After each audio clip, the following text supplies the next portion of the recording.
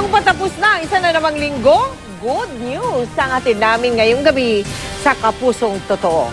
Tungayan po ninyo mga pagbabago sa dalawang batang natupad ang hiling ngayong taon dahil sa inyong taus-pusong pagtulong. Una nating nakilala sina John Mark at Donna bilang mga batang nagsusumamo ng tulong.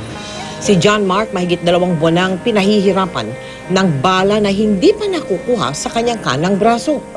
Enero nitong taon nang matamaan siya ng ligaw na bala. Kumikirot.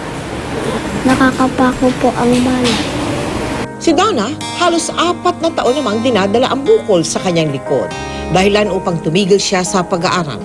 Ang kanyang ina, na mag-isang itinataguyod ng pamilya, hindi kayang ipaopera ang anak.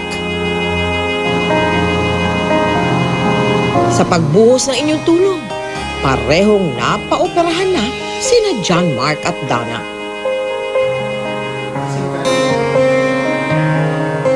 Si John Mark muli nang nanumbalik ang sigla, pati na rin ang kanyang mag-anak. Salamat po dahil naoperahan po ako. Nawala po ang bala sa katawan ko. Sa tumulong sa akin, maraming salamat po. Ibang klaseng tuwa rin ang naidulot ng paggaling ni Donna sa kanyang pamilya. Marami pong salamat na nakapag-aral na po siya ng maayos. Naoperahan po siya sa bukol. Marami pong salamat sa mga tumutulong.